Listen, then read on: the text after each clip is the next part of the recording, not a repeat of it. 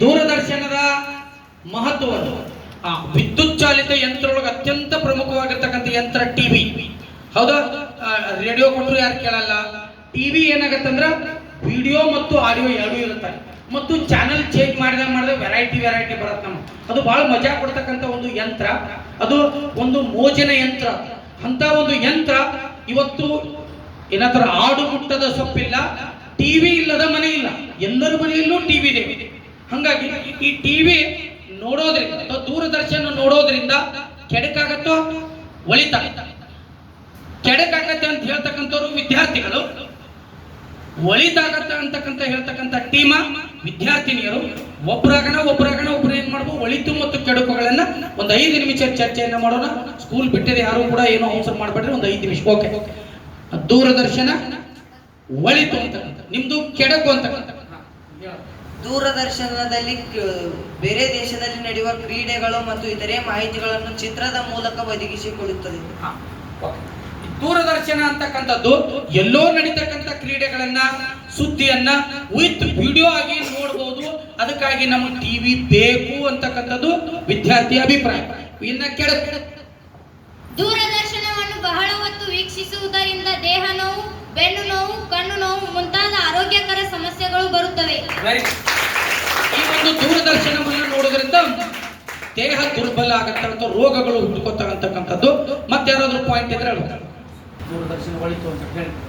ಅನೇಕ ಕಲಿಕಾ ಕಾರ್ಯಕ್ರಮಗಳು ಮತ್ತು ಸಾಮಾಜಿಕ ಕಾರ್ಯಕ್ರಮಗಳ ಬಗ್ಗೆ ವಾಹಿನಿಗಳಲ್ಲಿ ಪ್ರಸಾರವಾಗುತ್ತವೆ ಮತ್ತು ಜನರು ತಮ್ಮ ಕ್ಷೇತ್ರದಲ್ಲಿ ತಿಳಿದುಕೊಳ್ಳುವ ಉತ್ತಮ ಮಾರ್ಗವಾಗಿದೆ. ಹೆಂಗ್ರಿ, ಏನ್ ನೋಡ್ಬೋದು? ಏನ್ ಶೈಕ್ಷಣಿಕವಾಗಿ ಏನ್ ನೋಡ್ಬೋದು ಟಿವಿ ಒಳಗೆ? ಶೈಕ್ಷಣಿಕವಾಗಿ ಏನ್ ನೋಡ್ಬೋದು ಟಿವಿ ಒಳಗೆ ಪ್ರಸಾರ ಆಗತ್ತೆ? ಹೇಳಿ. ಅದೇ ಶೈಕ್ಷಣಿಕವಾಗಿ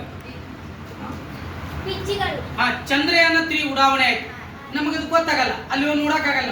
ನಮ್ಗೆ ಟಿವಿಯಲ್ಲಿ ವಿತ್ ವಿಡಿಯೋ ಆಗಿ ಅದನ್ನು ನೋಡಕ್ ಅವಕಾಶ ಸಿಕ್ತು. ನಾವು ಹೆಮ್ಮೆ ಪಟ್ಟಿವಿ. ಎಲ್ಲರೂ ಬಲೋ ಭಾರತ್ ಮಾತಾ ಕಿ ಜೈ, ವಿಜ್ಞಾನಿಗಳಿಗೆ ಅಭಿನಂದನೆ.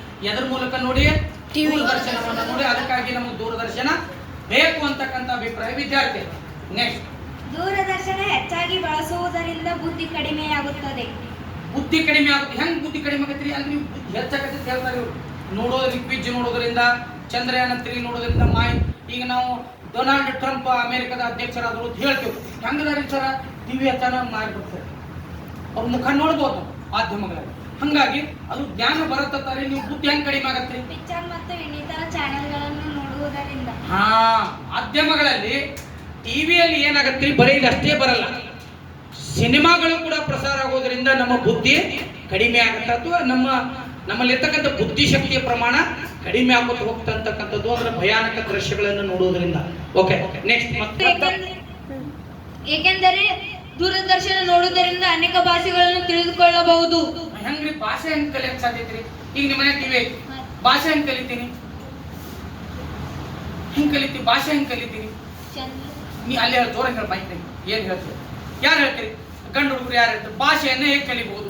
ಟಿವಿ ನೋಡೋದ್ರಿಂದ ಬೇರೆ ಬೇರೆ ಭಾಷೆಗಳನ್ನು ಕಲಿಯಬಹುದು. ಹೆಂಗ್ರಿ ಹೇಳಿ, ಹೆಂಗ್ ಕಲಿಬಹುದ್ರಿ? ಹೆಂಗ್ ಕಲಿಬಹುದಂದ್ರ, ಈಗ ನಾವು ಕನ್ನಡ ವಾರ್ತಾವನ್ನ ಹಚ್ತೀವಿ, ಇಂಗ್ಲಿಷ್ ವಾರ್ತೆಯನ್ನ ಕೇಳ್ಬೋದು, ಹಿಂದಿ ವಾರ್ತೆಯನ್ನ ಕೇಳಬಹುದು. ಹೌದು, ಹಿಂದಿ ಮಾಧ್ಯಮಗಳನ್ನ ಅಥವಾ ಹಿಂದಿ ಚಾನೆಲ್ಗಳನ್ನು ನೋಡುವುದರಿಂದ, ಬೇರೆ ಬೇರೆ ಭಾಷೆಯ ಚಾನೆಲ್ಗಳನ್ನು ನೋಡುವುದರಿಂದ ನಮ್ಮ ಭಾಷೆಯ ಜೊತೆಗೆ ಉಳಿದ ಭಾಷೆಗಳ ಜ್ಞಾನವೂ ಕೂಡ ನಮಗ ಆಗತ್ತಂತಕ್ಕಂಥದ್ದು. ಅದಕ್ಕಾಗಿ ದೂರದರ್ಶನ ಒಳಿತು. ದೂರದರ್ಶನ ಕೆಡಕು, ಏಕೆಂದರೆ ನಾವು ದೂರದರ್ಶನ ನೋಡುವುದರಿಂದ ನಮ್ಮ ಕಣ್ಣುಗಳು ಹಾಳಾಗುತ್ತವೆ. ಉದಾಹರಣೆಗೆ, ನಾವು ದೂರದರ್ಶನ ನೋಡುವಾಗ, ಅದರಲ್ಲೂ ಸಮೀಪ ಕುಳಿತು ನೋಡುವಾಗ, ದೂರದರ್ಶನದ ಕಿರಣ ನಮ್ಮ ಕಣ್ಣಿನ ಮೇಲೆ ಬಿದ್ದು ನಮ್ಮ ಕಣ್ಣು ಕಾಣುವುದಿಲ್ಲ. Very good point. ನಾವು ದೂರದರ್ಶನ ನೋಡುವಾಗ ಬಹಳ ದೂರಿಂದ ನೋಡಲ್ಲ. ಅದು ಊಟ ಮಾಡ್ಕೋತ, ಏನಾದ್ರೂ ಟಿಫಿನ್ ತಿನ್ಕೋತ, ಅವ್ರು ಪುಸ್ತಕ ಹಿಡ್ಕೊಂಡೆ ಟಿವಿ ಮುಂದೆ ಕೂತಿರ್ತಾರೆ. ನೋಡೋಣ, ಅಲ್ಪ ಮಟ್ಟಿಗೆ ನೋಡೋಣ, ಧ್ಯಾನ ಬರುತ್ತಾ ನೋಡೋಣ. ಆದ್ರ ಟಿವಿಯನ್ನ ಬಹಳ ದೂರದಿಂದ ನೋಡ್ಬೇಕು. ಯಾಕಂದ್ರೆ ಅದ್ರ ಟಿವಿ ಆನ್ ಆತಂದ್ರೆ ಏನಾಗತ್ತೆ, ಬೆಳಕು ಬರುತ್ತೆ. ಬೆಳಕಿನ ಕಿರಣಗಳು ನಮ್ಮ ಕಣ್ಣಿನ ಮೇಲೆ ಬಿದ್ದು ನಮ್ಮ ಕಣ್ಣು ತೊಂದರೆಯಾಗುವ ಸಾಧ್ಯತೆಗಳು ಇರುವುದರಿಂದ ದೂರದರ್ಶನ ಕೆಡಕು ಅಂತಕ್ಕಂಥ. ನೆಕ್ಸ್ಟ್, ದೂರದರ್ಶನದಿಂದ ಮನರಂಜನೆ ಮತ್ತು ಸಂತೋಷ ತಿಳಿದುಕೊಳ್ಳಬಹುದು. ಸಂತೋಷ ಅಂದ್ರೆ ತ್ರಾಸ ಆಗತ್ತೆ. ಸಂತೋಷ ಹಂಗಾಗತ್ತೆ ನಿನಗೆ? ಬೇಸರವಾದಾಗ ನೋಡಬಹುದು. ಸಮಾಧಾನ ಆಗತ್ರಿ? ಪಿಕ್ಚರ್. ಓಕೆ. ಈ ಒಟ್ಟಾರೆ ದೂರದರ್ಶನ ನೋಡೋದು ಎದಕ್ಕೋಸ್ಕರ ಅಂದ್ರೆ ಮನರಂಜನೆ.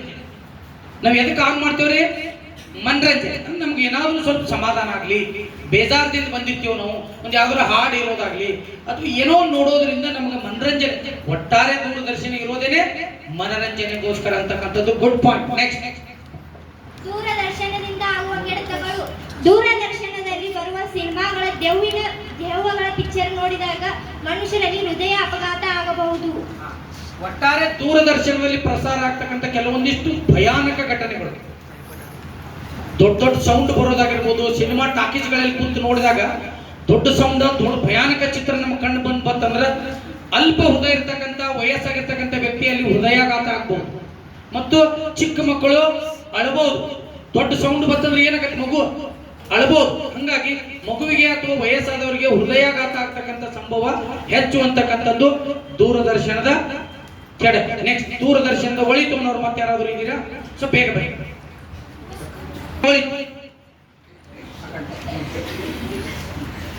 ದೂರದರ್ಶನ ಒಳಿತು, ಏಕೆಂದರೆ ದೈನಂದಿನ ವಿದ್ಯಮಾನಗಳನ್ನು ಹಾಗೂ ಯಾವುದೇ ದೇಶದಲ್ಲಿ ನಡೆದಿರುವ ಘಟನೆಗಳ ಬಗ್ಗೆ ನಮಗೆ ಮಾಹಿತಿ ಒದಗಿಸುತ್ತದೆ. ಇದು ಅತಿ ಹೆಚ್ಚು ಏನಂದ್ರ ದಿನನಿತ್ಯ ಏನ್ ನಡೀತೈತೆ ಅನ್ನೋದನ್ನ ವಿತ್ ವಿಡಿಯೋ. ಈಗ ಉದಾಹರಣೆ ಚಂಡಮಾರುತ ಬೀಸಿದೆ ಅಂತ ಹೇಳ್ತಾರೆ, ಹೌದಾ? ಚಂಡಮಾರುತ ಬೀಸಿದೆ, ಮೀನುಗಾರರು ಸಮುದ್ರದ ಒಳಗೆ ಇಳಿಯಬೇಡಿ. ಮೀನುಗಾರರಿಗೆ ಎಲ್ಲಿ ಗೊತ್ತಿರುತ್ತ? ಇದನ್ನ ಹೇಳಲಿಲ್ಲ ಅಂದ್ರೆ ಗೊತ್ತಾಗತ್ತಾ? ಇಲ್ಲ. ಹೌದು.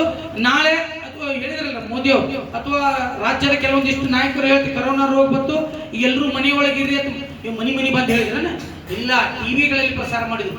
ದಿನನಿತ್ಯದ ಎಷ್ಟೋ ವಿದ್ಯಮಾನಗಳು ರೈತರಿಗೆ, ಉದ್ಯೋಗಸ್ಥರಿಗೆ, ಮೀನುಗಾರರಿಗೆ ಇದು ಅತಿ ಅವಶ್ಯಕವಾಗಿ ಸುದ್ದಿ ತಿಳಿಯಲು ಇರತಕ್ಕಂಥ ಒಂದು ಮಾಧ್ಯಮ. ದೂರದರ್ಶನ ಕೆಡಕು. ದೂರದರ್ಶನ ನೋಡುವುದರಿಂದ ನಾವು ಕೆಟ್ಟ ದಾರಿಯನ್ನು ಹಿಡಿಯಬಹುದು. ಉದಾಹರಣೆಗೆ, ನಾವು ಮದ್ಯಪಾನವನ್ನು ಸೇವಿಸಬಹುದು. ನಾವು ಮದ್ಯಪಾನವನ್ನು ಸೇವಿಸುವುದರಿಂದ ನಮ್ಮ ಆರೋಗ್ಯ ಹಾಳಾಗಿ ನಮ್ಮ ನಂಬಿದ ಕುಟುಂಬವು ಕೆಟ್ಟ ದಾರಿಗೆ